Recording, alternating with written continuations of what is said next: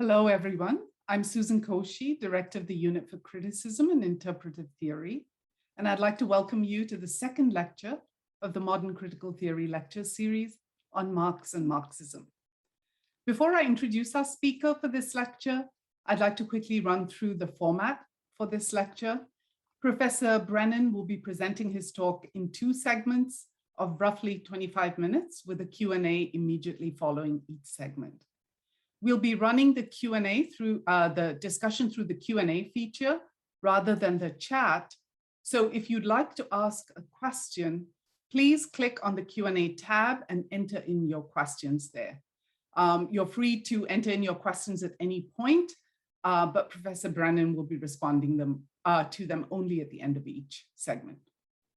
I am delighted to introduce Timothy Brennan, who is doing us the great honor of joining us for the second year running to deliver the lecture on Marx and Marxism. Professor Brennan is the Samuel Russell Chair in the Humanities at the University of Minnesota and the author of a bracing and wide-ranging body of work over the last decades, exploring the relationship between comparative literature, world literature, and global English in a range of venues. His work deals with issues of intellectual history, cultural theory, the Marxist and phenomenological traditions, the avant-gardes, theories of colonialism and imperialism, problems of translation, and popular music. He is author of numerous books, including most recently, a stunning intellectual biography of Edward Said titled Places of Mind. He has also published the first volume of a sweepingly ambitious two-volume study, Borrowed Light, titled Vico, Hegel, and the Colonies, and is currently at work on the second volume, Imperial Form. His other books include Secular Devotion, Afro-Latin Music and Imperial Jazz, Wars of Position, The Cultural Politics of Left and Right, Empire in Different Colors, At Home in the World, Cosmopolitanism Now, and Salman Rushdie and the Third World, Myths of the Nation. Please join me in welcoming Professor Timothy Brennan, and I'm going to hand it over to him now. Thank you. Thank you for that introduction, Susan. Okay, well, let's begin. I think that since we've all done the readings, and since I provided study questions to suggest what the readings contain, I will leave discussion of the details of those readings to the second half of the lecture and to the Q&A period. I suppose that on the basis of my study notes, you may already have a number of questions before I begin my lecture, and if that's true, then wonderful. I look forward to discussing those things with you later. But I do feel that this kind of preparation has made a point-by-point exegesis of the readings unnecessary. Their meanings do, though, inform what I plan to say here, although from a broader perspective. So, as Susan said, I've split the lecture into two roughly 25-minute segments, and we'll have Q&A session after each one. In the first half, I will turn my attention to the methods of inquiry that distinguish Marxism from other schools of theory today. In the second half, I will discuss the dependency of today's theories of new materialism on Marxism itself, even as they seek to displace it. When one speaks of Marxism, as in the case here, or is assigned the role of doing so, it is usually assumed that the speaker is a Marxist, by which is meant that he or she is a partisan of a political outlook called Marxism. But I've never called myself a Marxist, and will leave it to others to assign labels. Are those who believe in natural selection Darwinian? Should those who grant the force of the libido and the unconscious be called Freudians? Would one who concedes the truth value of general relativity be called Einsteinian? Similarly, Marx's overall analysis of capitalism, which might include, for example, his labor theory of value, the theory of the declining rate of profit, the idea that labor is alienated under capitalism, that life in a market society is reified, that history is characterized by class conflict, and so on, these are hardly controversial propositions today for most educated readers. To be modern at all, in short, is to accept that, like Darwin, Freud, and Einstein, Marx offered an elegant and original perspective on modernity that is largely undeniable by editors at the Wall Street Journal every bit as much as by socialists, anarchists, and libertarians. I'm speaking of Marxism today in that light, not as a marginal or impetuous dissident, but as a student of history, and especially intellectual history. And I'm doing so in an American climate characterized by tendentious efforts to obscure this relationship and this status, and to promote, very often in the guise of dissidence itself, neoliberal values based on extreme individualism, intractable identities, a fear of political organization, and deep pessimism towards the project of humanism. This, of course, takes place in Fox News QAnon circles like that of Mark Levin with his recent bestseller, American Marxism, that execrable book, but also in an entirely different key within the MLA echelons of liberal academia. We have to begin by noticing then that in the context of this very speaker series, we're operating at a certain disadvantage and experience a certain disproportion. Marxism is not just another school of literary or cultural theory to be placed alongside feminism, psychoanalysis, structuralism, deconstruction, biopolitics, and so on. We have to remember that apart from being a highly original and formative critique of capitalist society in the 19th century, it was largely responsible for prompting the creation of the discipline of sociology, which arose to combat Marx and Engels' own sociological discoveries, for transforming the study of political economy, and for launching dozens of competing schools of philosophy over a stretch of 170 years. It was, moreover, from the start, a political force in its own right, spawning major parliamentary parties, revolutionary organizations, and independent states, many of them in Asia, Africa, Latin America, and the Middle East.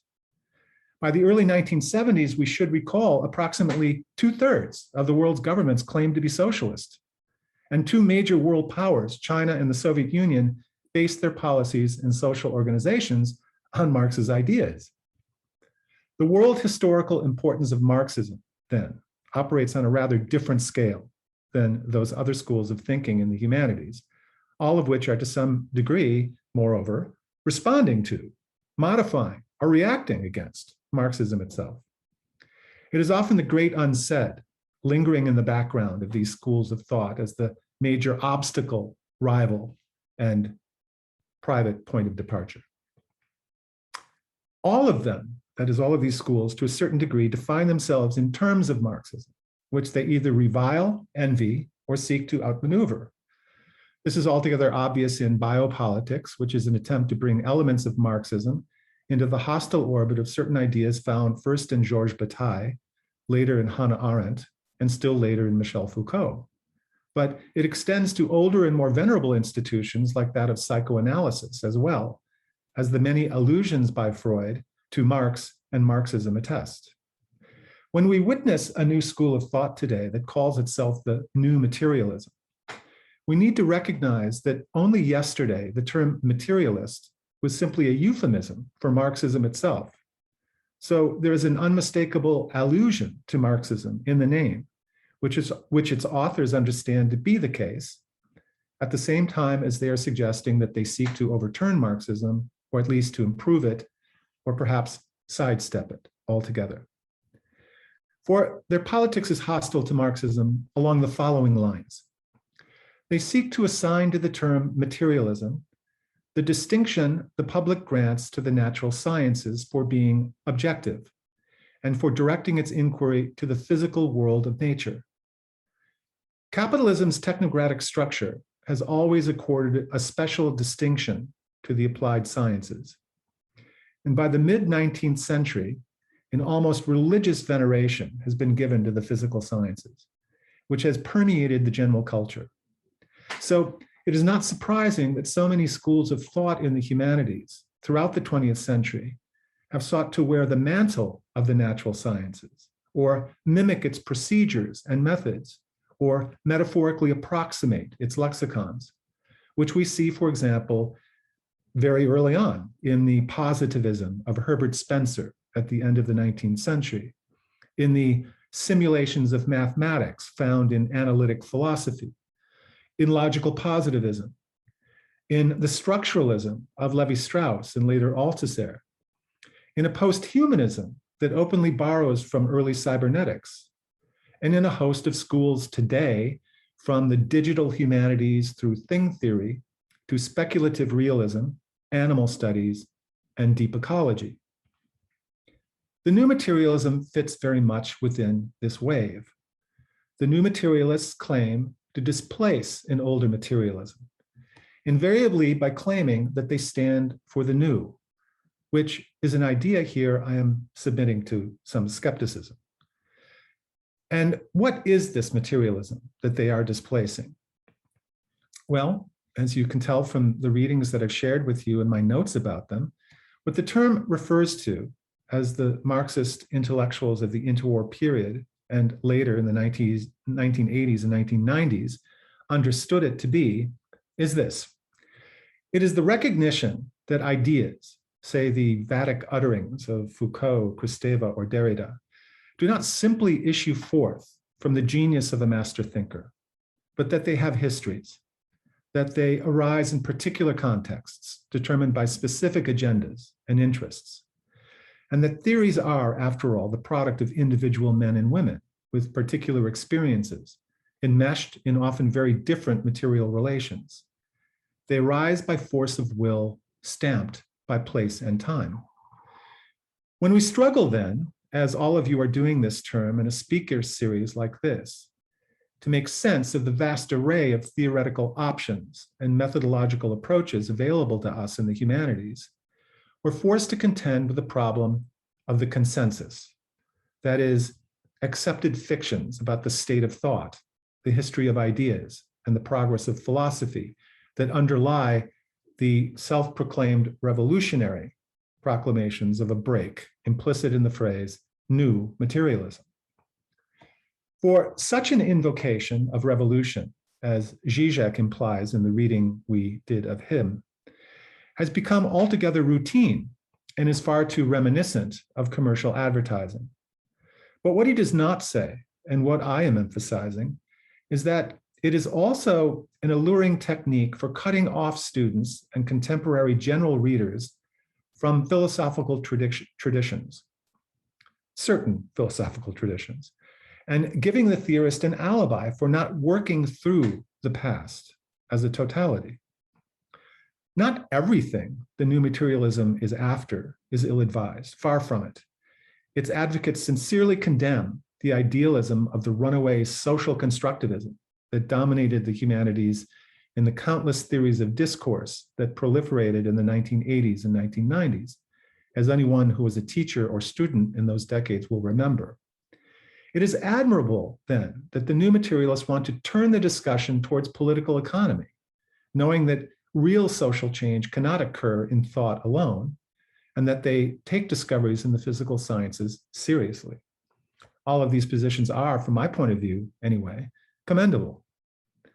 On the other hand, their blindness to the development of materialist thought within left Hegelianism and their uncritical acceptance of the cover story regarding the triumph of deconstruction, phenomenology, and structuralist Marxism drives them to misunderstand the dogmatism that plagues our discussions of theory in the humanities. I want to be clear on this point. The post-structuralist dominant, which reigns in the American academy, and I think is highly evident in many of the other options for theoretical schools in the humanities, is premised on a conscious foreclosure over 3 decades of the left Hegelian tradition, the very ones that I'm partly for that very reason foregrounding in my readings.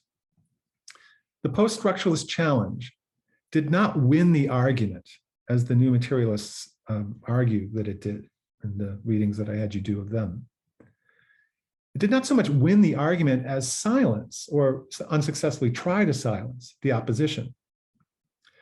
Various strands of the philosophical past, from the sociology of Pierre Bourdieu to the third world systems theories of Emmanuel Wallerstein and Samir Amin, to the left Hegelian philosophy of Georg Lukács and Ernst Bloch, were actively suppressed in favor of a largely Heideggerian common sense, which, for reasons I'm trying to explain here, fit more naturally with the predilections of American professional aspirations. Two theses, then, in this regard. One, the philosophical point of departure here is based on the radical exclusion of entire schools of thought, which are simply written out of the record as a solemn act of ideological purification. Two, the edginess of the performance, its vivid being at odds with itself, has to do with the ingrained anti-Marxism, which has become the price of admission in dignified theoretical debate in a conservative, upwardly mobile professional setting marked by anti-communism and by internalizing establishment wisdom. A doctrine put forward by Republican media celebrities like David Brooks or State Department intellectuals like Francis Fukuyama is in fact widely accepted on the academic left today, namely that the fall of the Soviet Union amounted to proof of the failure of the socialist project. Many of the post-Marxisms since 1989, including the new materialism, ultimately derive from accepting this claim. The fact is not necessarily applauded, as it is among conservatives like Bruno Latour, to take only one highly regarded theorist of late whose frenzied dismissal of socialism and antipathy to non-European peoples goes completely uncriticized or even remarked upon by his gullible acolytes. But it is accepted that we have reached the end of history, that capitalism is the only possible system, that Marxism is defeated, and that none of the practical initiatives, organizational discoveries, progressive programs, anti-imperial projects, and so on, unleashed by the Russian Revolution, alongside third world liberation movements in the mid-20th century, are worth preserving, readapting, developing, or learning from. The entirety of that tradition must simply be swept aside in this way of thinking, according to this flawed outlook, and forgotten, offering us no leads, no uncompleted undertakings of value, no proof of socialist durability, no insights into the cruelty and pathology that capitalism more and more clearly represents for all of us. So this is the framework within which we find ourselves as we struggle to get a handle on the philosophical past, to make distinctions among its various traditions, and to grasp the stakes of its conflicting positions, which makes it a vital political goal today, and one that, apart from being fatally lacking for the most part, also conforms more readily to the peculiar strengths of the humanities, which tend rather, out of an uncertainty about its own worth, to rush to more immediate relevance in a metaphorical approximation of economics, physics, and cognitive psychology. Now, I don't want to be misunderstood. I'm for, not against, this kind of intellectual generalism. And therefore, I'm in favor of studying economics, physics, and cognitive psychology. My objection is only not to be imitative, not to superficially speak as if that can be found so widely today, more often than not, with no grounding in the philosophical implications of the positions taken. To know one's philosophical borrowings is to know where one is headed, what the positions are likely to be, and what its political consequences may eventually become. That is why one takes the trouble of learning them, so as not to reinvent the wheel or greet every new work as an entirely original event. Widely ridiculed for being pointless, including by critics like Frederick Jameson, this work that I'm involved in here of identifying what authors are getting from others, influence tracing, in short, has a very important methodological outcome. It is often characterized as a kind of pointless scholasticism and a cheap exercise, as though finding who took what from whom somehow undermines the originality of the borrower so exposed. But this misses a fundamental point. Influence tracing betrays whom one is thinking through and whom one is not.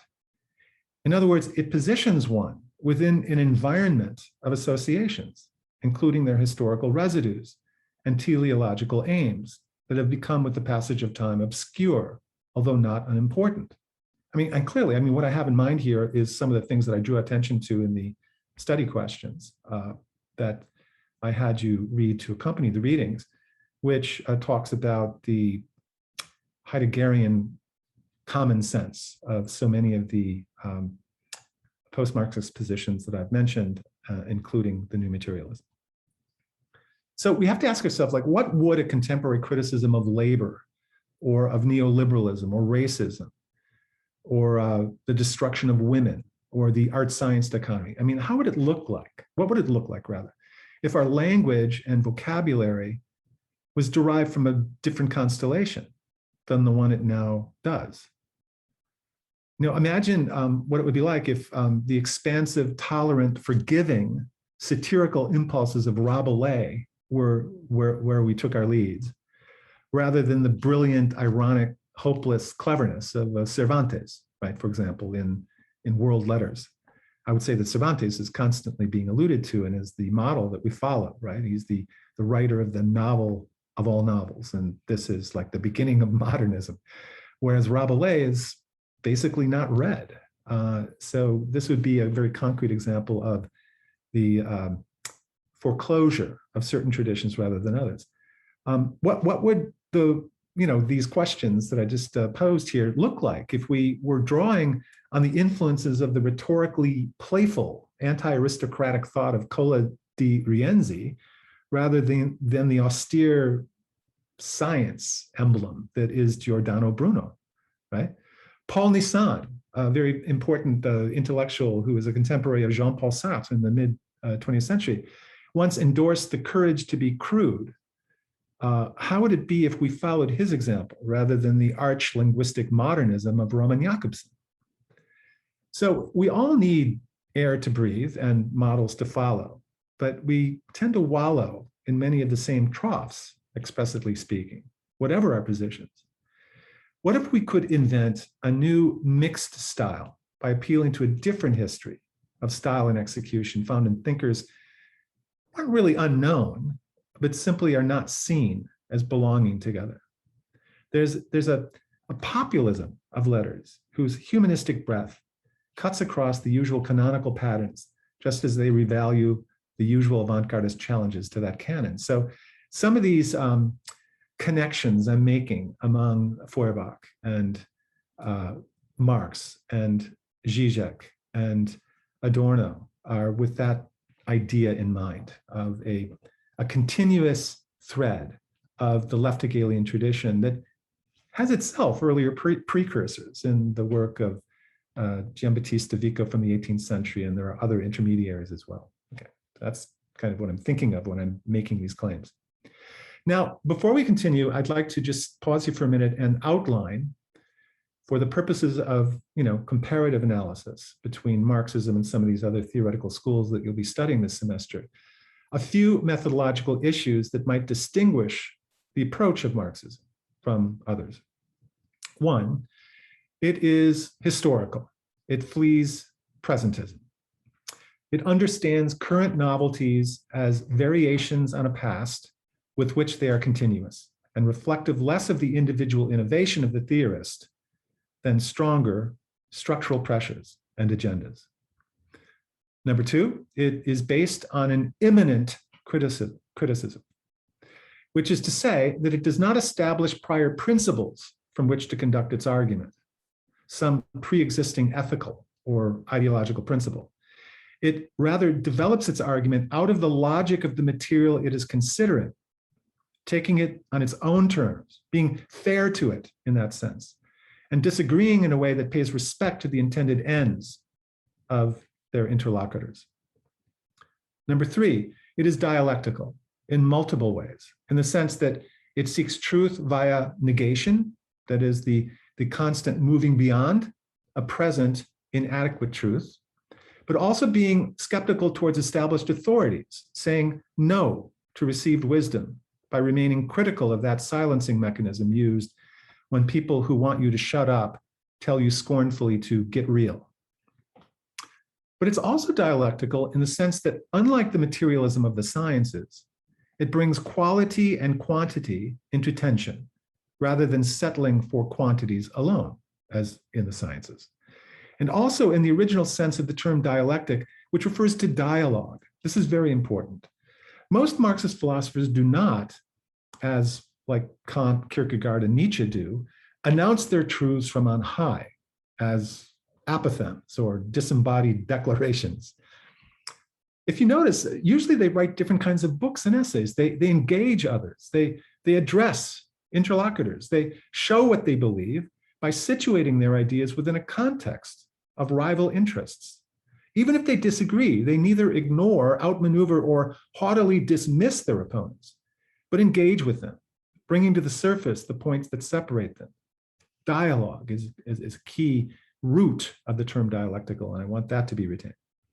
Finally, number 4, in this spirit, their engagements often have about them a polemical edge, which we find here fully in evidence in the humorous, even at times sarcastic tone of Marx, Feuerbach, Adorno, and Zizek, and I suppose also in my own tone. So there you go. Now, with regard to our readings, what can we conclude from these observations in an overall sense? I'm getting close to the end of this half of the lecture.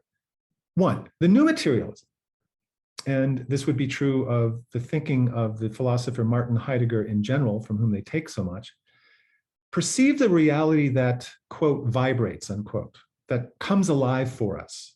It reveals to us its extra-human status and its own modes of being, making us aware of human marginality in the larger plenitude of existence.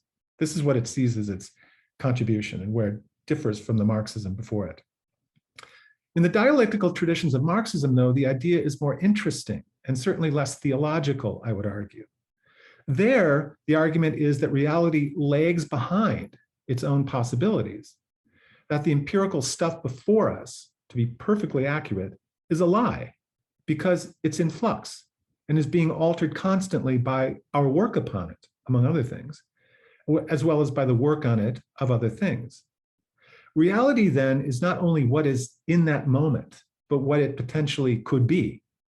Reality can be said in this sense to be brought to reason, and that this, rather than a mere existential opening out of ourselves to experience, is what reality is. Number 2, second, that as Feuerbach claimed in the readings that we did, the claim that humans are only animals controlled by life instincts is to arrogate to humans a special human status, the unique ability to demote their own species. What other species, apart from the human, would do so and then call this virtue? So I guess I'm trying to identify something that Feuerbach puts his finger on, that in so far as the new materialism expresses itself as a post-humanism, that it's guilty of a performative contradiction.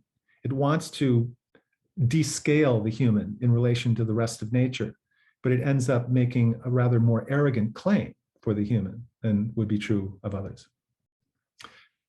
Since the term materialist at its most elemental was used euphemistically to refer to Marxists, we might say that the new materialism has a parasitic relationship to it, benefiting too cheaply from the association as their momentum is headed in the opposite direction. That the word materialist today proliferates during fleeting prospects, disorientation, and a de-emphasis on organization in favor of autonomous evolutionary change and the replacement of projects and conspiracies with theorizations. The creation of a space within which thought retreats from its actualization and in which the characterization of politics passes for politics itself. This should have all kinds of echoes with what we read in Marx's German ideology writings. But I think that you can see some of what's going on here in, for example, the autonomist Marxism of Antonio Negri and Michael Hart, right? The idea that revolutionaries today don't need to fight for revolution because it's already happened. Globalization is the internationalism that the Marxists had always fought for. It's happened automatically, right, from below. This would be kind of what I'm referring to be specific when I'm referring to this kind of de-emphasis on organization in favor of autonomous evolutionary change. To continue, that the concept of materialism until recently implied an intervention based on historical situatedness, a realism grounded in an awareness of temporal movement, fluctuation, change, and determination. This has now become a polemical weapon, though, in the words of the new materialist, against agency, and a deliberate rejection of the idea of becoming, of contradiction, in favor of inactivity, pure immanence, primary experience, where what exists is beheld as a revelatory object of ethical restraint, of aesthetic beauty, and a contemptuous check on Promethean man. Okay, that is, I hope you can see, something that is echoed in these early writings from the 19th century to kind of drive home that by Feuerbach and others, they're referring to some of the very same things happening in the philosophy of Schelling and so on. And this is part of this bid to intellectual history that I'm making in order to drive home the point of continuities rather than ostensible ruptures that are not. The word materialism and its attendant concepts is a form of signifying, that is, of an appropriation of an older tradition that it seeks to cancel out by swarming its registers with a language and a sensibility that turns it against itself. Okay, this is the relationship of new materialism to materialism as it has been traditionally understood in the Marxist tradition. I want to end this session by quoting Sven Luetgen, who is a frequent contributor to the journal New Left Review. I think he puts his finger on something very, very clearly here. Quote, the artist author often engages with other theorists, not through a careful parsing of their arguments, but by mimicking their mode of writing and detouring their phrases. The thing is constructed as though in code, where unpleasant complexities are smoothed over in false pacifications. A relentless optimism about the productivity of their revision accompanies a deliberately blunted portrait of incompatible positions, or to use a different metaphor, a confabulation of ideas plucked out of their sources and thrust violently into the philosophical melting pot. Okay. Well, I said that was the last thing. Let me just do one last quotation. To give a sense of the historical continuity and the flow of ideas, one would have to reckon with the fact that what is claimed as the new materialism today in this attempt to revise and update Marxist materialism is itself not only based on an earlier Heideggerian philosophical source, but also on the work of Georges Bataille, who is really a figure that probably Foucault took more from than he ever acknowledged. And it's very interesting, if you read this book by Bataille from the 1950s, he has a phrase, he has he has a statement like this, and I'm just going to read it because it kind of captures the sensibility of what today is being, elicited in the new materialism. He says here in page 370 of volume 3 of The Accursed Share, this wonderful book of his, I'm thinking about the discourse in which thought, taken to the limit of thought, requires the sacrifice or death of thought, right? Which is something he wants to do. He's for that. Let us imagine a deserted beach. I can include myself at will, subjectively, in this immensity. I can do so, myself being nothing. It is neither it nor myself being objectified. The immensity becomes something of which I speak, something that speaks to me. I've recognized my equality with the boundlessness, for I know that at bottom, I am this subjective and contentless existence, but memory ties me to objects, to contents, in the midst of which I situate myself, one object among the others. So we see that the new and the new materialism is somewhat called into question by these kinds of sources, and there are many more that I could add. But let's pause there and make that the end of the first half of the lecture.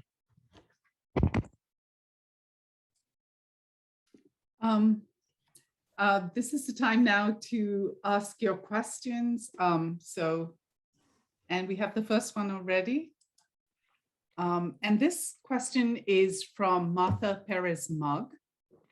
And the question is, how can we utilize notions of influence tracing to reveal the ways in which female, non-Western, and BIPOC theorists have been lost to our current theories?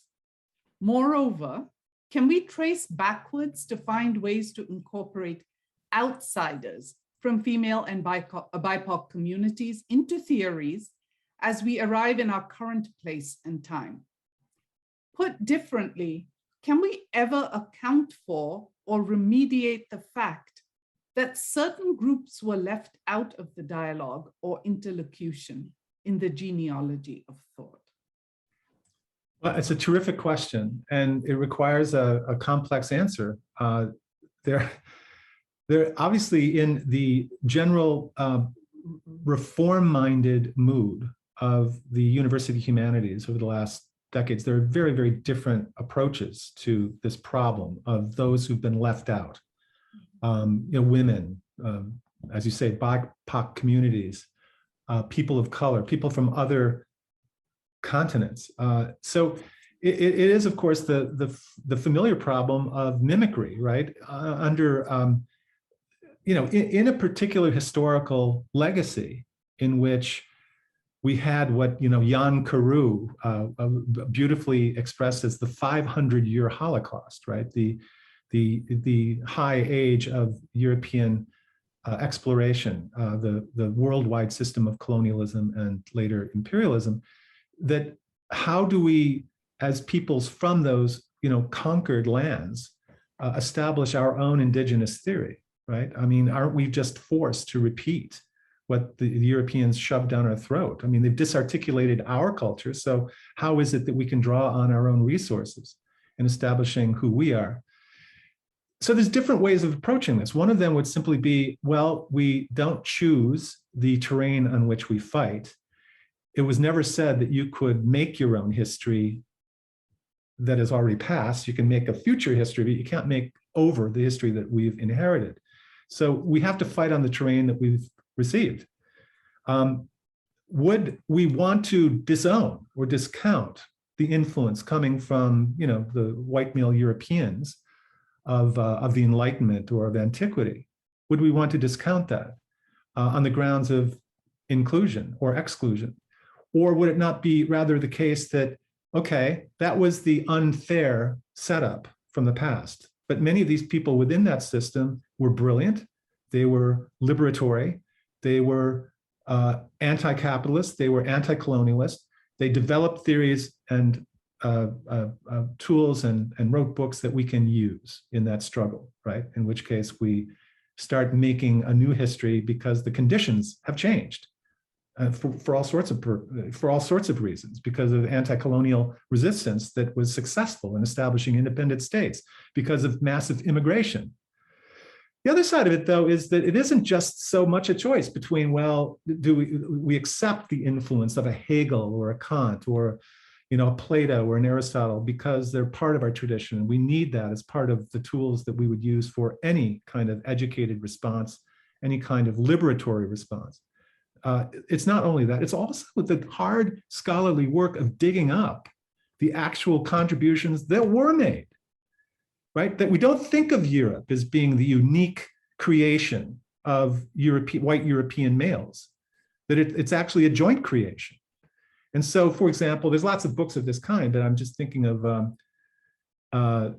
Priya Gopal's Insurgent Empire, right? Where she goes and does a lot of research and finding out that many of the initial gestures and some of the vocabulary and many of the movements that led to resistance to the British Empire occurred first in the so-called dominions by people from India and Africa and the Caribbean, and weren't simply Enlightenment thinkers who had been read by the natives, as it were, to fight back that way. So I hope I'm not going on too long, but I'm trying to say that there is an element in which original research can be done to find out, in fact, that the story is not so one-sided, that so many of the contributions that are intellectual and political originated elsewhere.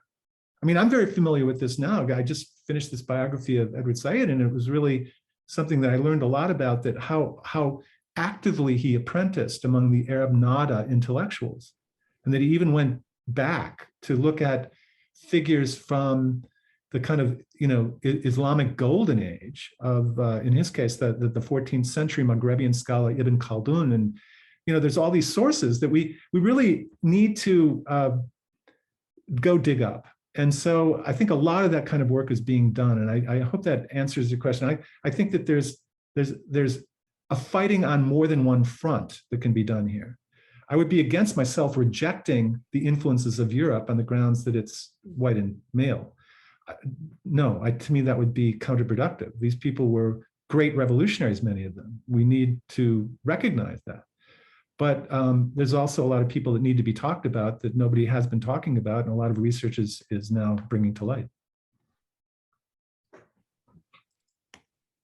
The next question is from Harriet Murad, and it is, would you entertain the possibility that Jacobson helps us sense the materiality of language, its sensuous activity?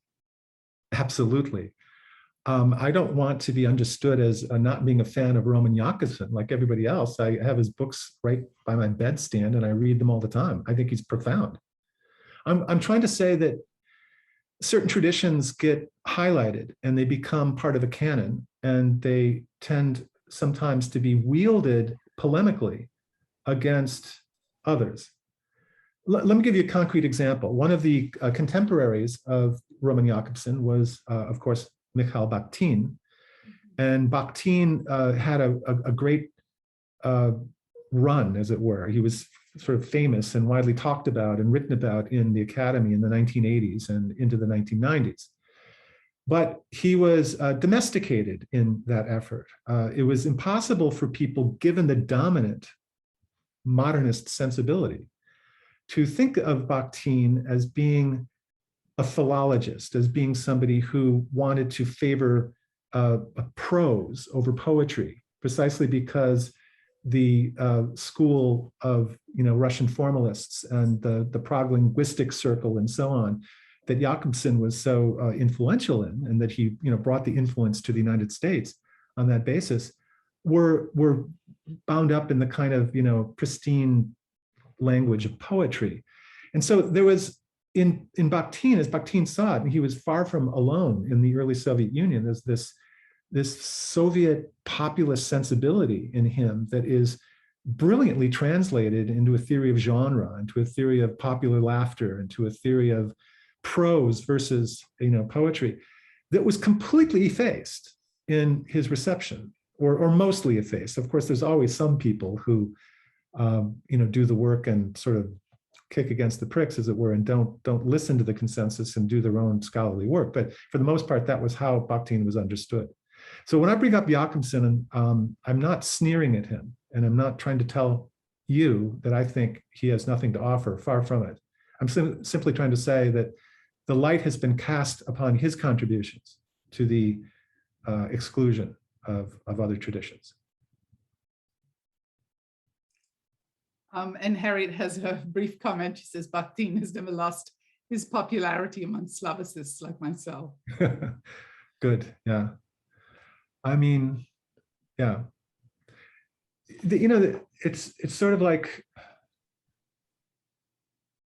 who in post-colonial studies circles really is making a connection between interwar European Marxists, who are all influenced by many of the people from Vietnam and China and Latin America and so on, who were in Europe during those years because of the success of the Russian Revolution.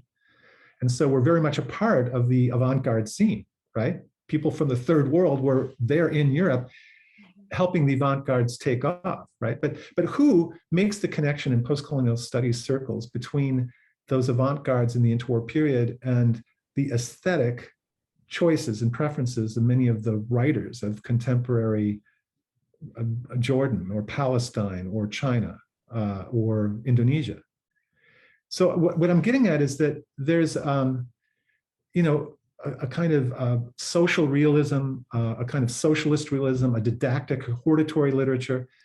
These kinds of aesthetic options are very much there. They're part of the terrain to discuss, particularly in the context of post-colonial studies, where you're talking about like bringing new work into the canon, letting us expand our boundaries so that we're not just reading Europeans all the time and trying to get a truly global understanding here. And yet, you can't get a hearing if you write about this. It's foreclosed. It's fine to bring in people who are not canonical. It's fine to, in fact, it's encouraged and rewarded to talk about writers who are from other parts of the world or non-white. That's good. That's a positive thing. But it tends to replicate in many ways what I'm calling here kind of loosely a modernist aesthetic or modernist sensibility, right? Sort of hyper-experimental works that draw attention to private existential dilemmas or to the power of language or the autonomous nature of language and those kinds of gestures, rather than, as I say, the didactic and the hortatory, which people just can't wrap their head around because it's of not appreciating alternative traditions.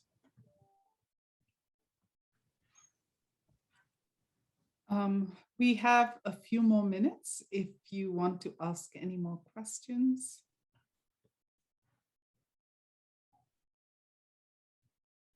I actually wanted to go back, Tim, to something that you had said about the dialectical method and about its ability to hold quality and quantity in tension.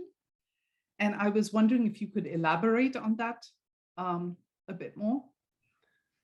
Yeah, I think that one of the things that a journal like Monthly Review, for example, which is a great longstanding Marxist journal, which is more sociologically and economically oriented, I would say, in its coverage than culturally.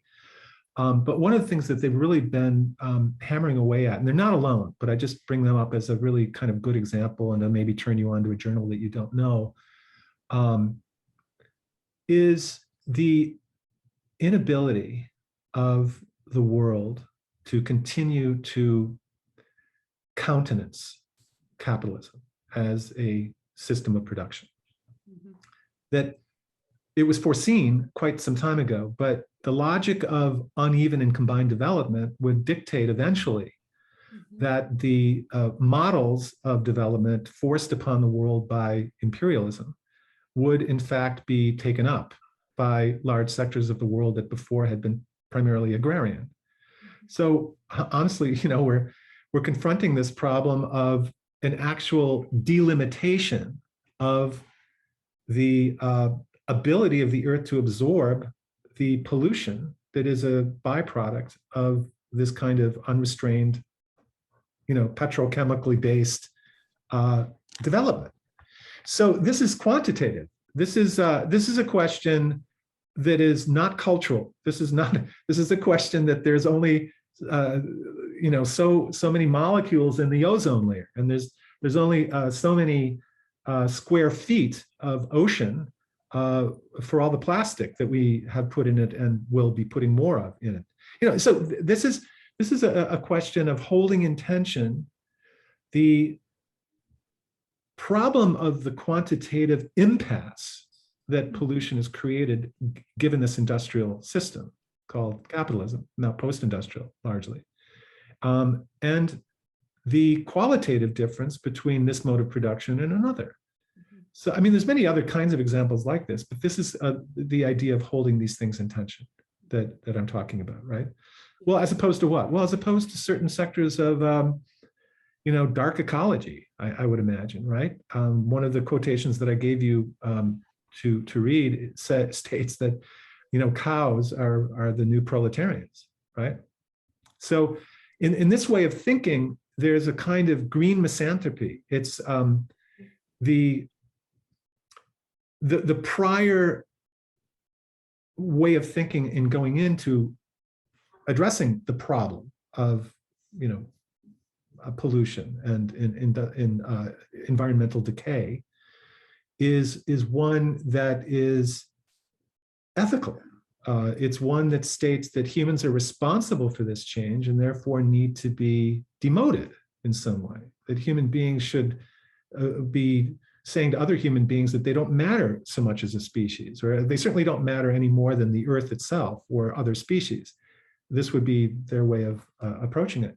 So this prior ethical principle that guides their thinking is one that is precisely not what I was referring to before as immanent critique, which is to not approach a problem with a prior set of principles, but instead to try to draw your inquiry and its points of contact from the work that you're looking at.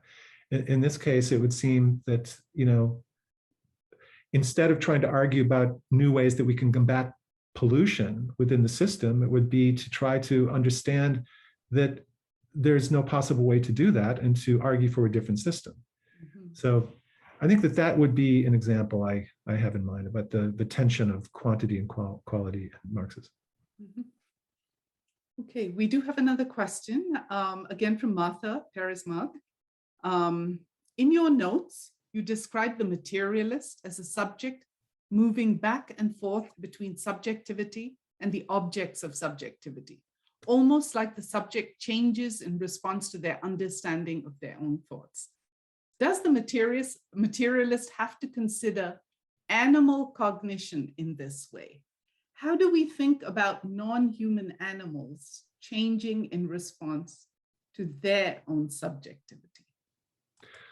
My answer is yes, we do. And I think that this here I'm trying to draw attention here to the continuities of the left Hegelian tradition. And so let me just say here openly that part of my notes is referring to the early chapters of the Phenomenology of Mind by Hegel, where he lays this relationship of subject and object out in precisely the terms that I sort of, in an abbreviated way, referred to it.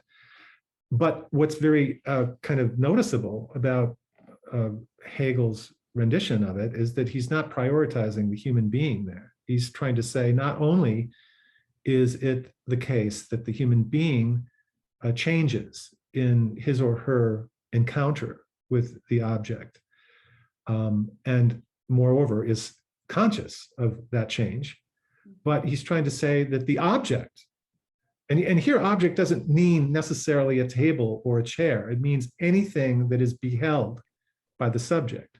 So these are relative terms, right? The subject and the object are constantly changing positions. So in this case, it's that since he believes that the world, of course, exists independently of our thinking of it, but our relationship to that world must be conceptual. There's no other relationship we have to it. Therefore, the truth of objects has a lot to do with the way we conceive of them and the way we conceive of ourselves in the act of conceiving of them and this dynamic interplay that happens between both. So in this case, since we are human beings and can not be human beings, and so are locked within our perspective and our consciousness, the changing perceptions of the animal world is very much a part of the subject-object relationship with themselves playing the role of subjects. Absolutely, that's completely compatible with a Hegelian way of thinking.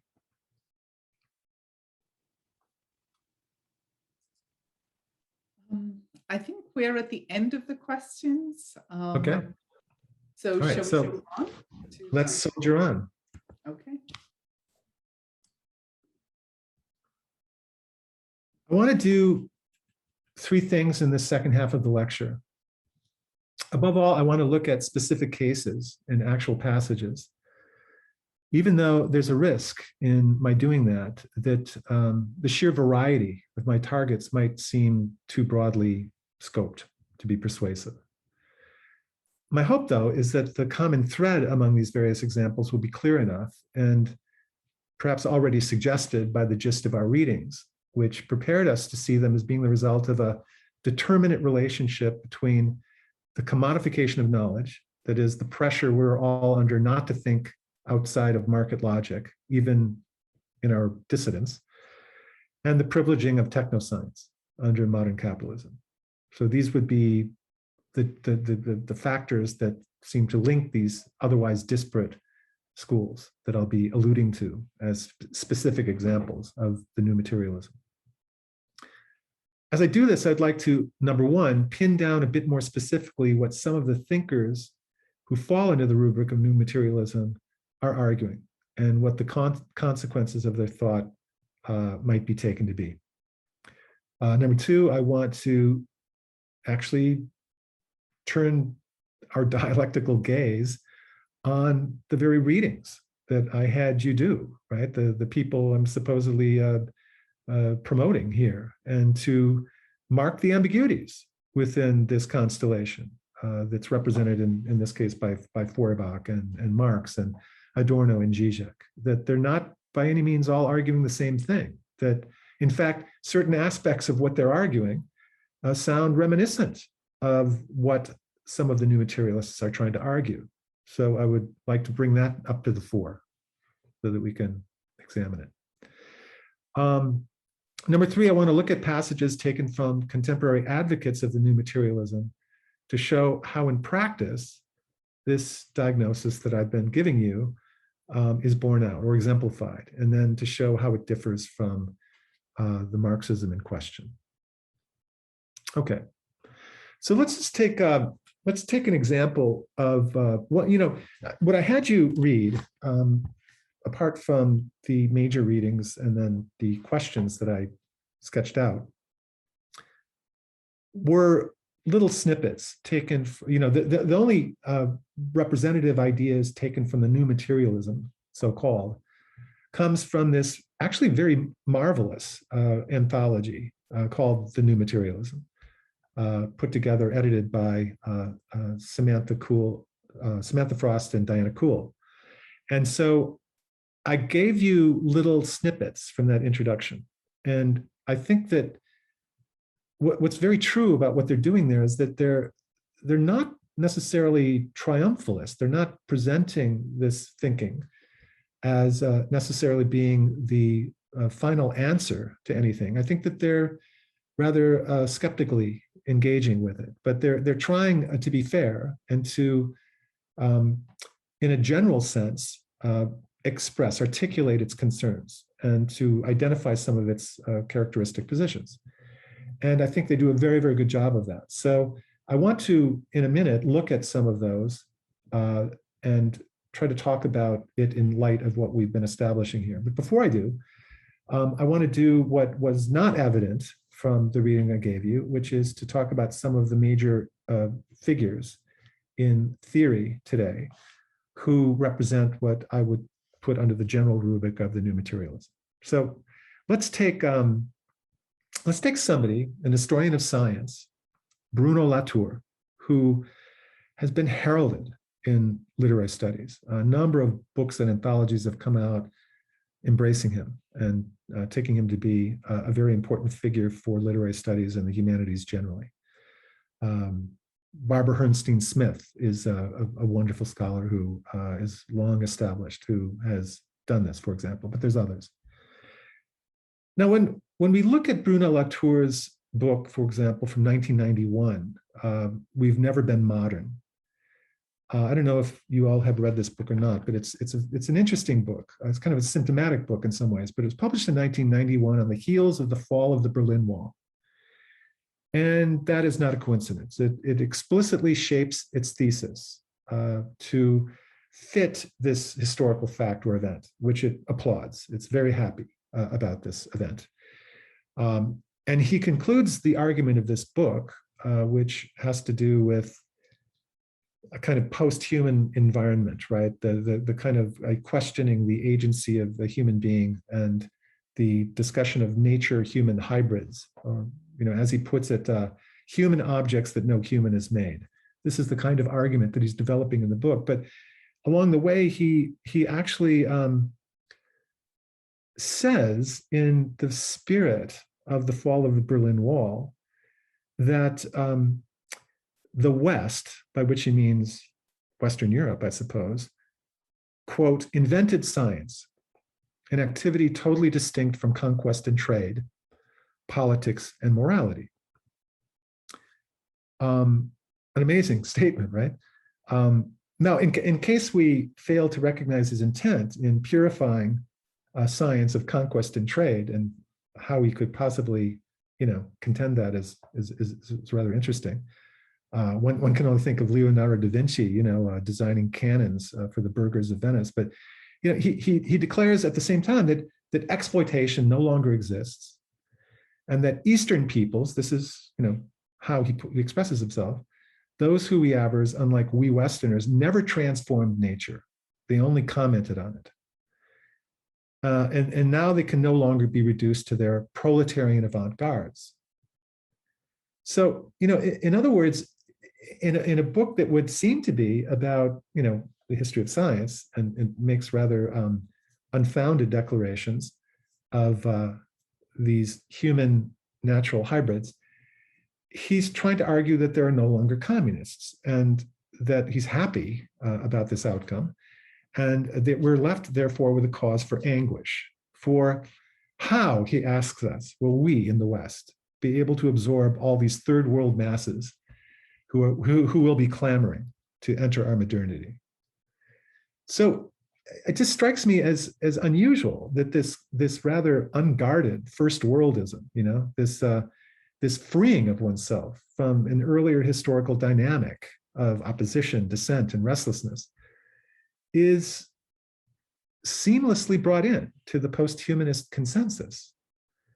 It's to me, this is not an anomaly, and it's not a coincidence. It's definitional. There's something about this connection that's found at the very moment of its inception. So that's one example. Now I'm thinking also to take a rather different example from a different kind of field, but it fits, I think, into this general rubric. Take the post-Marxist readings of Marx's Capital that have proliferated in the last few decades in the autonomist Marxism of people like Paulo Virno and Antonio Negri, right? I mean, they're arguing something in these readings of Marx that bear on the subject of materialism rather directly.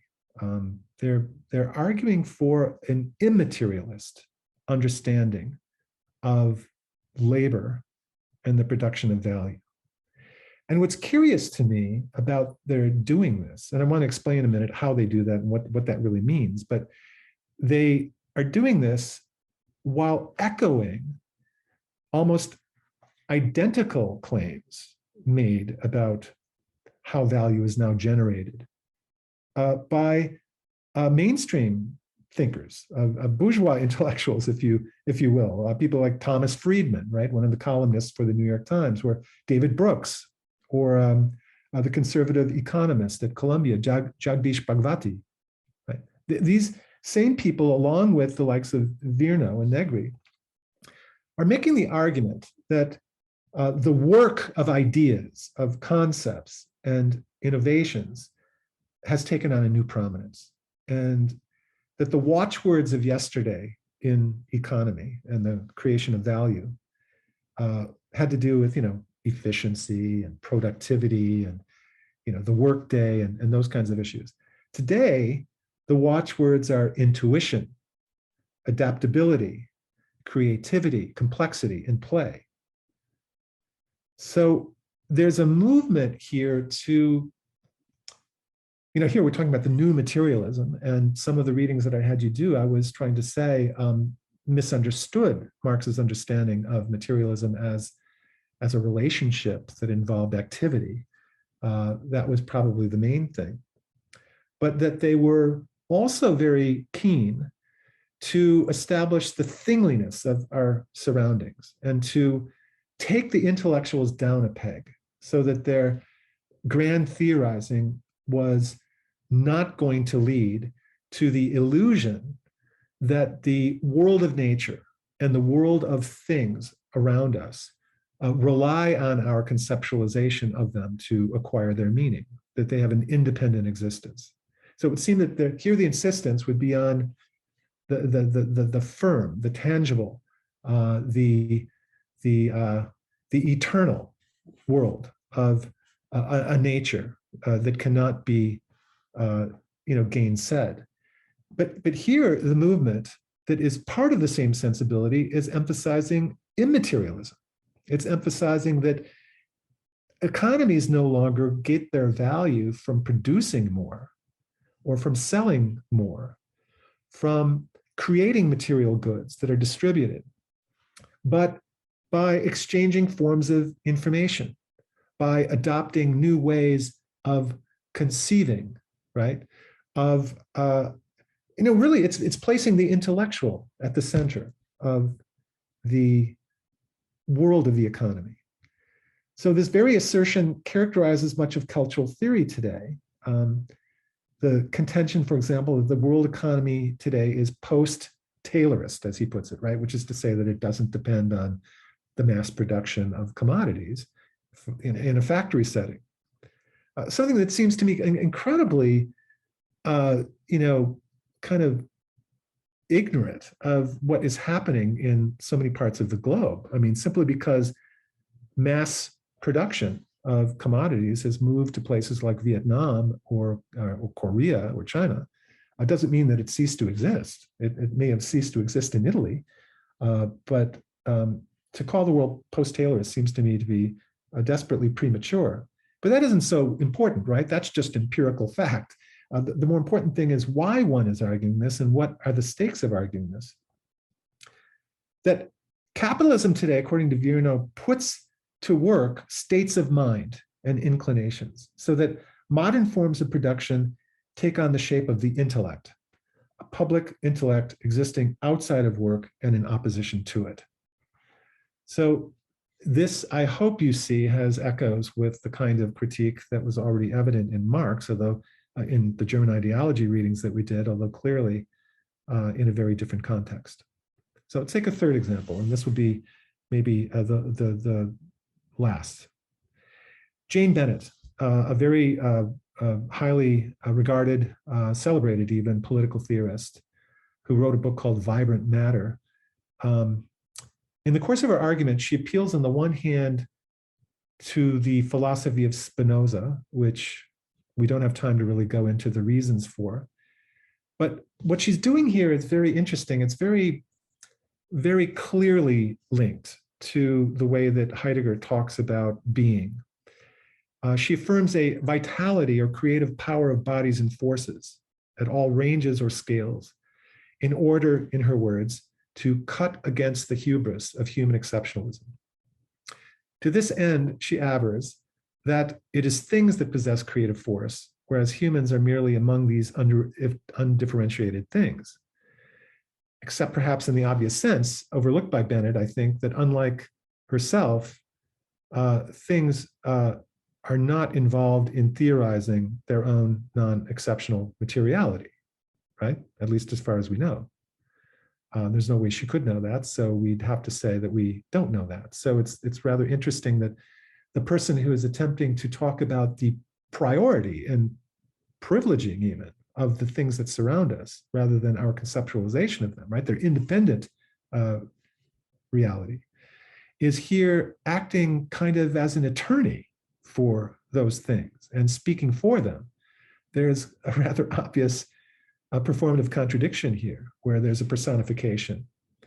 It's not unlike the thinking of Deleuze, right? The French philosopher who speaks about his own excretory processes modestly by saying, my writing is one flow among others with no special place in relation to the others. Except that we know about those other flows, right? Sperm and other things from his writing, and not his writing from his other flows. So somehow this inability to turn the tables and think about it from the other point of view escapes this mode of thinking. There's a rather impetuous and impatient way of insisting on a thingliness that overlooks the framework of thinking that could be involved in making such a claim, right? The prior subjectification that is involved in this very process, which I think is exactly what Adorno is trying to talk about when he talks about the apparent material basis for what Heidegger is writing whereas under scrutiny, you understand that it's actually a pure thought and concept and nothing more. Okay. So, I mean, there's a number of other people we could, add to this, the kind of notion of Gianni Vattimo's weak thought, or Francois Laruelle's non-philosophy, or Catherine Hales's notion of disembodiment, or Rita Felsky's book, The Limits of Critique. I mean, all of these seem to have one thing in common. They want to obliterate the subject-object relationship. They're involved in a process of desubjectification.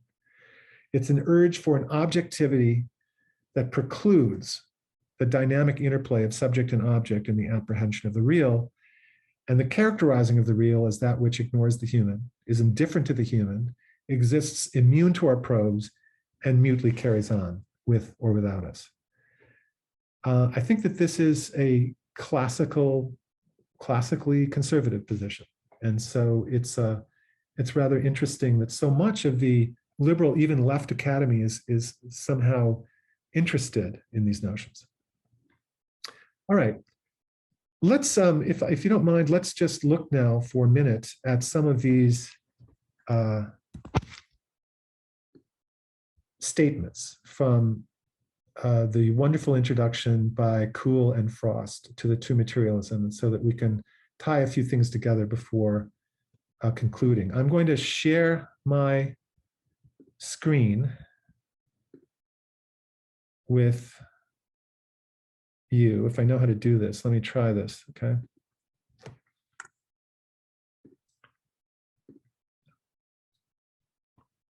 Yeah, there we go. Okay. So I'm taking, you can now see this. Okay. So let's look at some of these things. Now, if you don't mind, I just want to go over this part of it that I put as a preface, as a way of sort of summing up some of the things that we've been saying.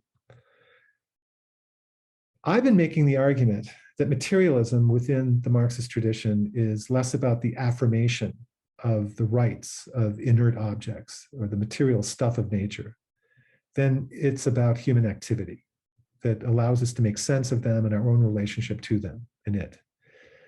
Paradoxically, from the point of view of a consistently materialist philosophy, not to factor in consciousness, language, and the practical labor of humans upon the world, and instead to posit beings or objects in themselves, is to adopt an idealist stance, not a materialist one. For it posits the world in an ideal state of the pristine, and importantly, the unperceived. In short, it is to posit an Archimedean perspective, as though humans could somehow transcend their existence and view a world from the outside, untouched by their own influences. Okay. So I'm going to skip over some of this and just go down to some of the quotations from the Kuhl and Frost introduction, as well as a couple of other readings. Now, I'm noticing this, and I want to build up to the fact before we conclude to look at the summary judgment of the post-human capital moment that we're in the words of Slavoj Žižek, which were evident that reading I gave you of Slavoj Žižek, because I think he sums up for us in a number of ways some of the things that I'm attempting to argue here from another vantage point. So first, let's look at these quotations and read them, and then let's look at what I took Žižek to be arguing at the end as a way of wrapping up the second half of the lecture. So here they are. They're attempting to appraise this movement called New Materialism, and they're trying to identify what is unique to their perspective. And I think, in my opinion, they do this very, very responsibly. New Materialists prefer a creative affirmation of a new ontology, a project that is in turn consistent with the productive, inventive capacities they ascribe to materiality itself. The prevailing ethos of new materialist ontology is consequently more positive and constructive than critical or negative. Yes, so Heather Ennis has raised her hand. Is there a way for her to ask this question right now in the flow of things? Or should I just continue until the question and answer period comes? I think you can just continue till we get Okay. to the question and answer. Yeah, I'm just going to continue for another 5 or 10 minutes or so, and then we'll get to that question. Okay. So this is interesting, right? Because I mean, on the face of it, rhetorically, this is a very deft maneuver, isn't it? I mean, it's a who, when comparing the critical or negative to the positive and constructive, would not choose the positive or constructive. It sounds appealing. It sounds generative. But I think I don't know if it's going to be possible for me to get into this in such a way that I can be persuasive on this point. But if you can remember a moment ago, what the Sven Luttgen quotation was referring to about the kind of argumentative moves that are made within the new materialism, and what's the downside of those moves. I think some of that, from my perspective, is going on in this particular moment. So my argument is not with Kuhl and Frost. They're simply, summarizing what one of the positions of the new materialism is. I am, however, trying to say that in this movement between the positive and constructive on the one side, the critical and negative on the other, what we really have, although it doesn't appear to be the case, is a hostility to critical thought, which Adorno identified as the making of distinctions among various positions, right? The separating of them out, the understanding of their individual histories. The kind of critical thought that Adorno had in mind, and that the left Hegelian tradition in general does, is one that is about negation understood not as a naysaying, right? Not as a condemnation, a kind of a folding of your arms and saying, I reject you, but rather as saying, I appreciate what you're attempting to do. I understand your aims and I understand your argument, but I think that in order to bring it home, to fulfill it, other things are required, right? So typically within the Marxist analysis, there will be, well, you need to historicize. I mean, you need to understand where these ideas came from and whose interests and on whose behalf they were formulated. This would be one of the ways in which a negative, i.e. critical approach would take place. I would argue that the more productive element here would be the critical, or as it's being rather tendentiously expressed here, negative way. Number one, because it does not hide the fact that there are disagreements and different interests at stake. Number two, it entertains an interlocutor and tries to work through the problem.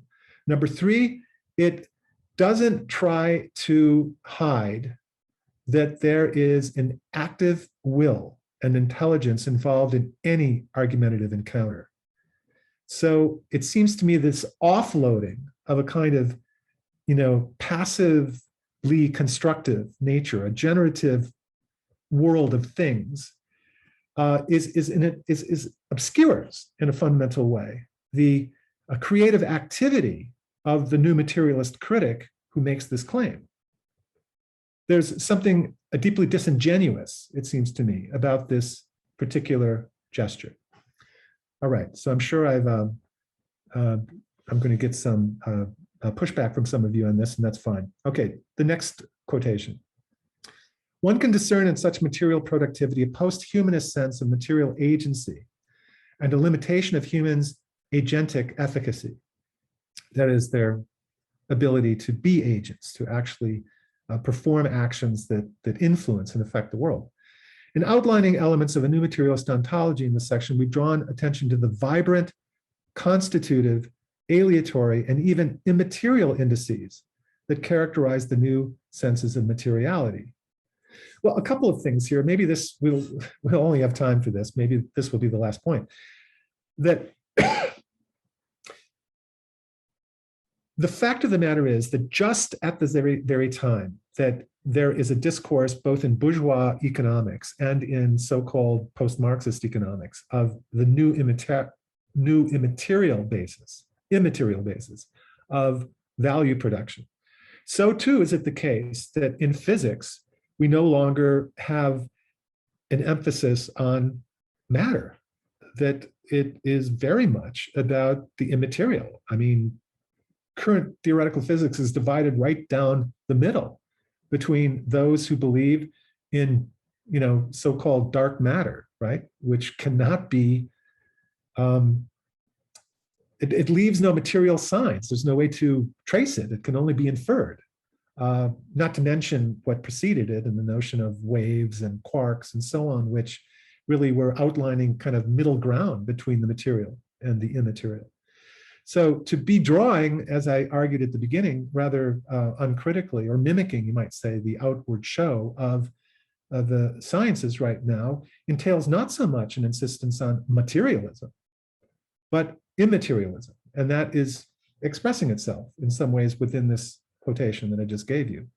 But what I want to draw your attention to as well is this notion of the vibrant, right? I mean, most of us know enough about molecules to know that they, are based on electrical charges and that they're involved not only in revolutions and rotations, but that they're vibrant in this particular sense. So this notion that somehow the material basis, let's say within physics, of talking about the vibrancy of the world at the molecular level can somehow be metaphorically drawn on in order to create the impression that material objects speak to us, that they emanate their inner essence to us without our having to conceptualize them, to think about them, to know them, to understand them, right? This is a traditional Heideggerian move, that they reveal themselves to us. It's not about knowledge. In fact, it's good that we kind of transcend and supersede knowledge. Now, the game in town is no longer knowledge. The game is being. And how do we get this being? It speaks to us. These vibrant objects speak to us. This is the notion. But what's also interesting to me, so I'm kind of zeroing in on that notion of vibrancy, which has been slipped in, as it were, to this otherwise understandable need to want to talk about the reality of the world outside of our conceptualization. And that is this notion of the aleatory, right? Which seems to me rather prescriptive and seems to me, again, a tell of a certain sort, that what is involved here actually has an agenda that is not entirely articulated. Why would we, on the basis of the primacy and equality of things, which seems to be the point of much of the new materialism, want to introduce this element of the aleatory, which is to editorialize that rather significantly on the nature of objects, right? Okay, it's of course in quantum theory there is a kind of a random movement of subatomic particles, but is it then the case that we can, on the basis of that metaphor, hold up in a positive light the aleatory as something that is going to direct our activities and our thoughts as human beings, which any theory is attempting to do. Any theory, including the new materialism, is trying to persuade people to see the world a certain way. So I think that there's much more to be said here, and I'm sorry if I've been going on too long. I do think that I've gotten into enough of the actual language of the new materialism that might explain a little bit, or at least provide background for why I've chosen the readings that I did, why I thought the readings I chose not only established a continuity in left Hegelian thought and Marxism, but also that it provided proleptic responses or answers to the new materialism. On the grounds, as I said, of Zizek, that many of these movements that seek to find alternatives to Marxism are really a discovery or rediscovery of pre-Marxist positions. Okay, I am going to end the screen share because we've read our thing, and I think the only other thing left is to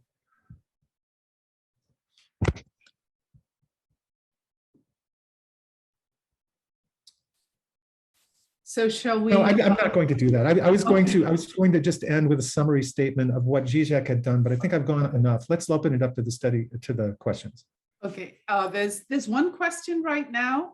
Yes. And I also have another question that a colleague sent me via email. So that is a longer question. Okay. And so let's go with Daniel's question first, Daniel Gonzalez. And the question is, do you see Leo Strauss in the genealogy of post-critique? You know, I've certainly read Leo Strauss, and I've read books about his influence and the circles around him and his access ultimately to the upper echelons of American power. I'm very familiar with the conservative lineages at the University of Chicago. And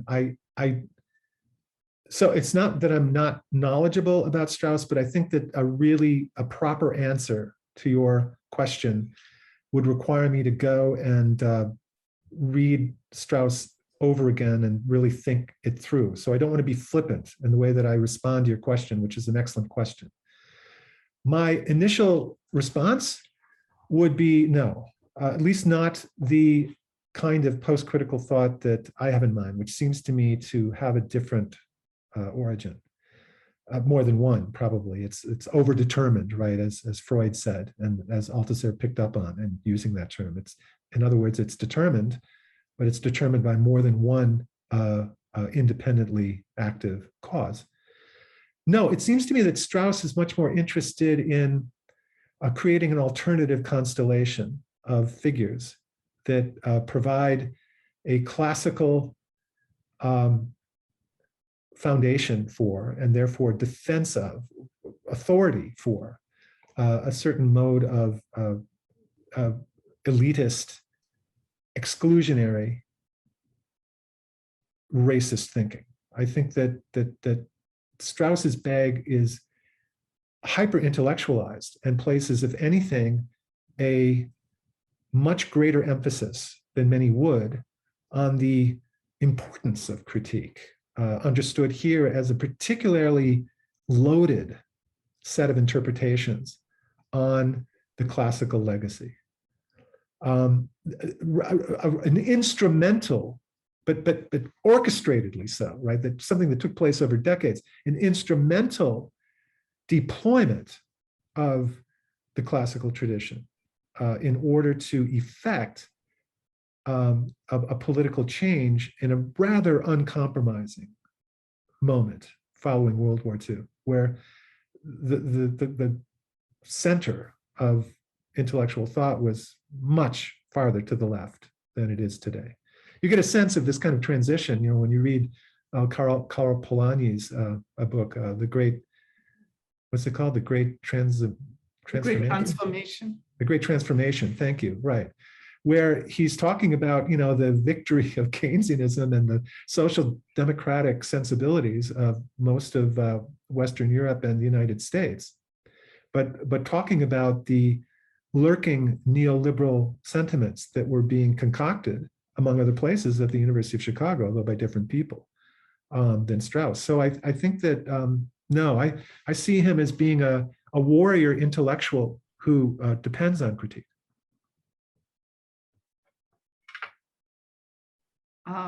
Okay, so let me turn to the question that I got over email. This is from my colleague Didi Ruggles, and the question is, it's long and there are parts to it.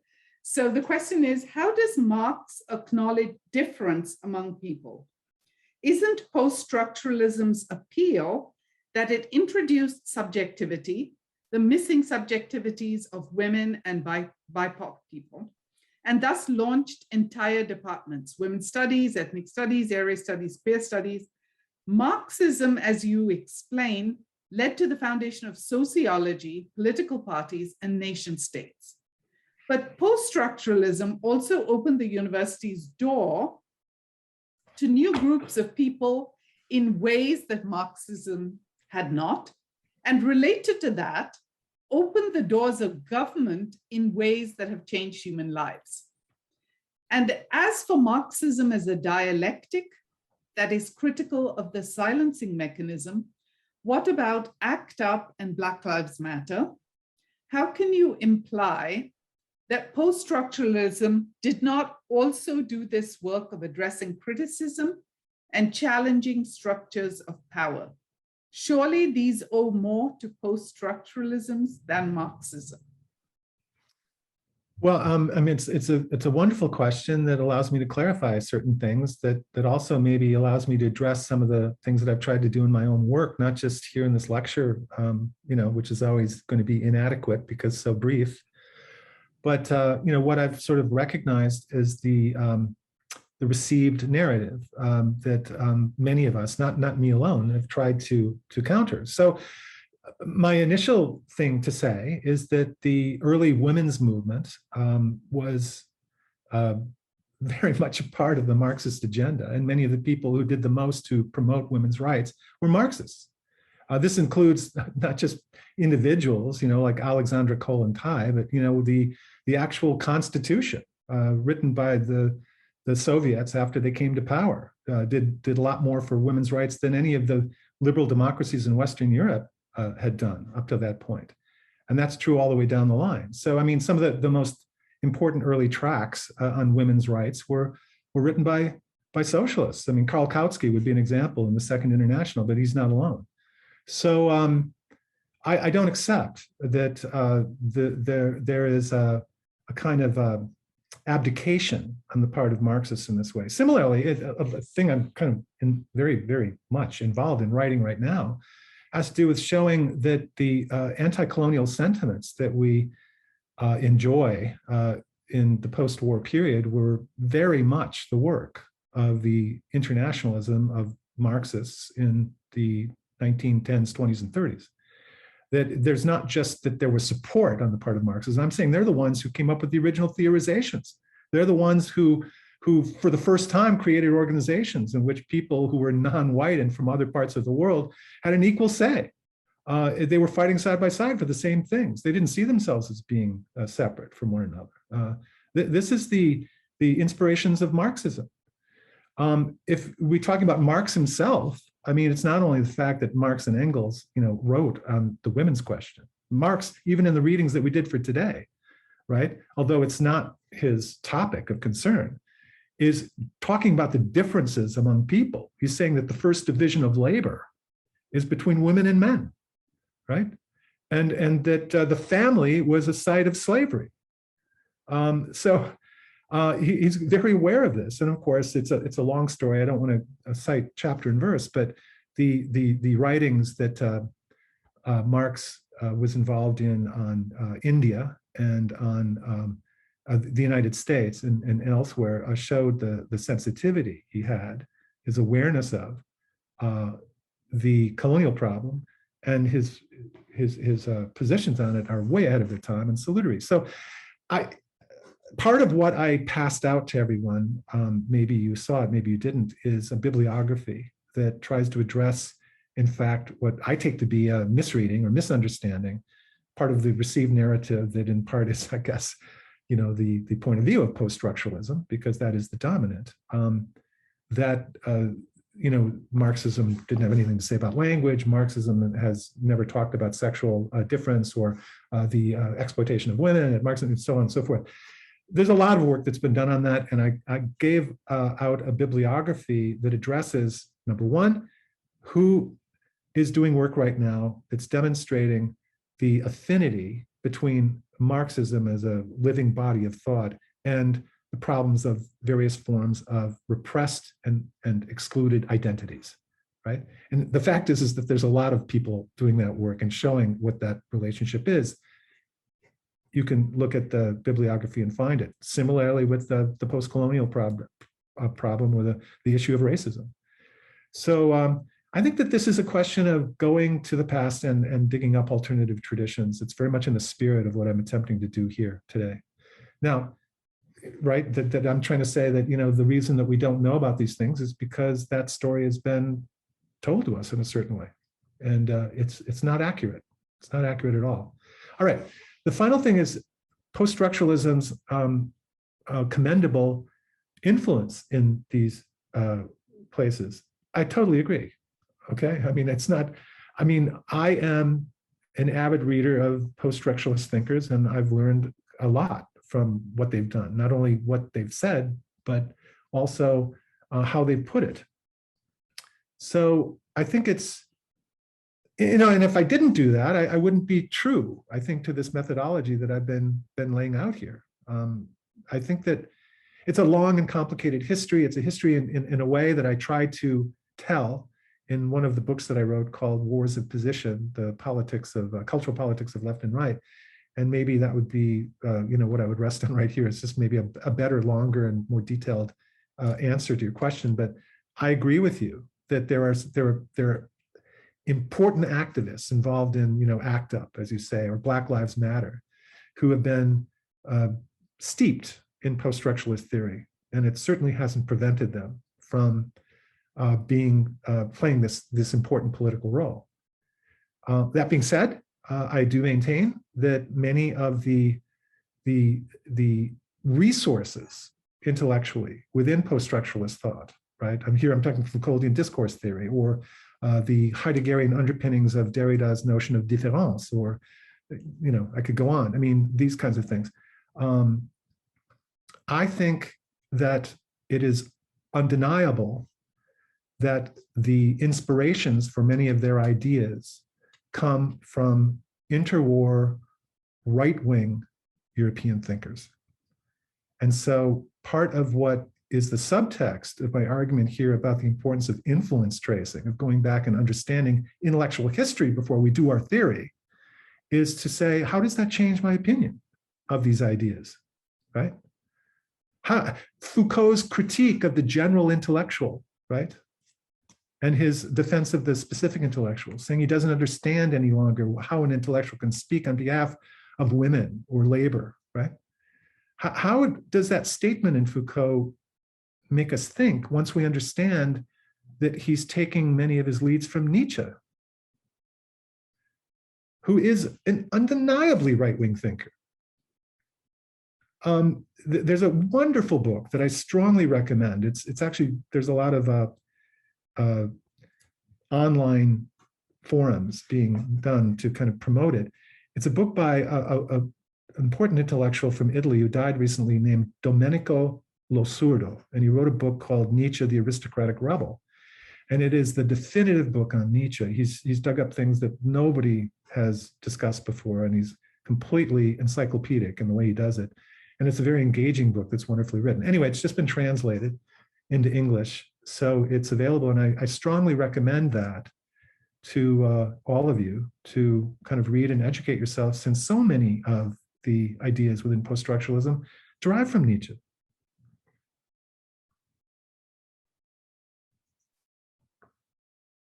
Wait, Susan, you're muted. We have one last question. It's from Mitchell Civello. In the readings, Adorno tells us to be skeptical of philosophies that constantly defer something that they either have no intention of delivering or that represent an internal contradiction that they see no need to address.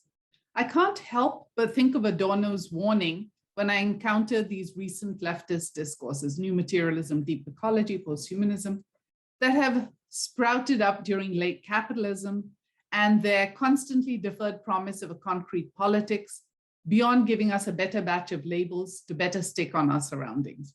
At what point must we insist on a Marxism that returns to class politics? Now, how about that? Now, look, I mean, thank you for that question. First of all, I totally agree with your analysis. And the danger, of course, would be to oppose it in ways that people find familiar from an earlier time, that seem to push to the background, discourses of radical identity, of sexual preference, and of gender, and of race, and other questions of identity, which are pressing, wonderfully so. And as I think Nancy Fraser is probably the person, for my money, who's done the most in book after book to clarify the importance of issues of identity within a traditional Marxist framework. So to raise the question of class is absolutely crucial in so many ways. First of all, as a way of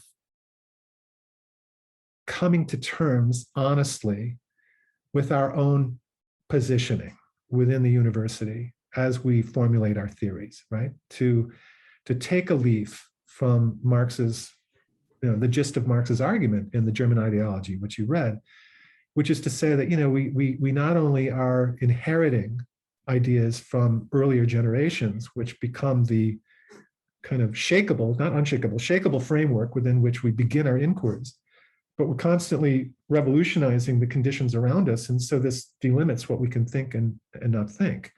And so I think that being a little bit more self-reflexive here as middle-class subjects, or people aspiring to be middle-class subjects, or people who have enough free time or freed up enough from manual labor. I know that probably doesn't fit many of us, but I understand in a general trend that that's true of people in the university. This would be one way in which a class analysis matters, but even more so, more pressing.